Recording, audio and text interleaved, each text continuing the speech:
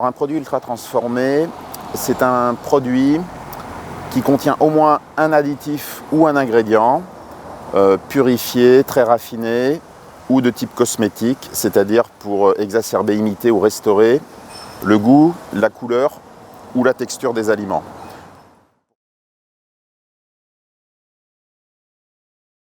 Les produits ultra transformés posent un risque pour la santé humaine pour plusieurs raisons. D'abord, il faut qu'ils soient consommés régulièrement ou en excès. Il y a plusieurs raisons à cela. La première raison, c'est que ce sont des calories vides, c'est-à-dire vides de quoi? Vides de composés protecteurs qui justement préviennent des maladies chroniques, c'est-à-dire les fibres, les minéraux, les antioxydants et les vitamines. Ensuite, ce sont des produits qui sont peu rassasiants. La troisième raison, c'est qu'ils sont, pour nombre d'entre eux, hyperglycémiants, c'est-à-dire qu'ils élèvent rapidement le taux de sucre dans le sang pour plusieurs raisons. D'abord parce qu'il y a souvent des sucres ajoutés, et ensuite parce que la structure de ces aliments est souvent déstructurée, facilitant la libération des sucres.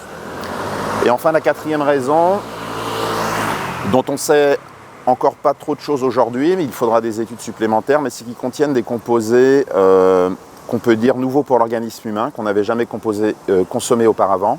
Et puis aussi certains additifs qui sont nouveaux pour l'organisme, des arômes artificiels qui sont également des molécules nouvelles pour l'organisme. On compte à peu près 2800 arômes artificiels utilisés aujourd'hui.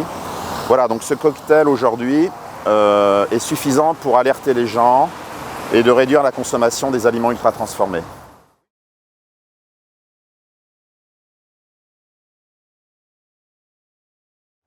Une étude a montré que l'adulte moyen français consomme environ 36% de calories ultra transformées par jour, ce qui est beaucoup, et on est à mon avis probablement plus proche de 40%. Il faut savoir que dans les pays anglo-saxons, on dépasse allègrement les 50%. Et donc moi je recommande de ne pas dépasser 15%, c'est-à-dire 1 à 2 portions par jour. Dans les supermarchés, les chiffres sont moins évidents, mais on a quand même une indication qui tend à montrer qu'on serait aux alentours de 40 à 50% de l'offre alimentaire en supermarché, toutes marques confondues.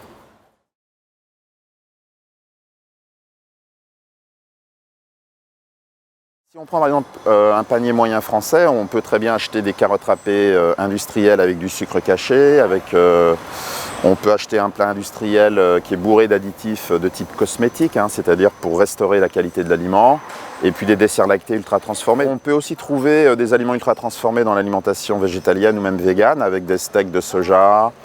Les produits végétaux peuvent être ultra transformés, donc on peut trouver même des laits de soja ultra transformés. Donc il faut être vigilant par rapport à ça, c'est important de le souligner. On peut même trouver du bio ultra transformé, et le sans gluten n'échappe pas à la règle. Jusqu'à 80% des produits sans gluten sont ultra transformés.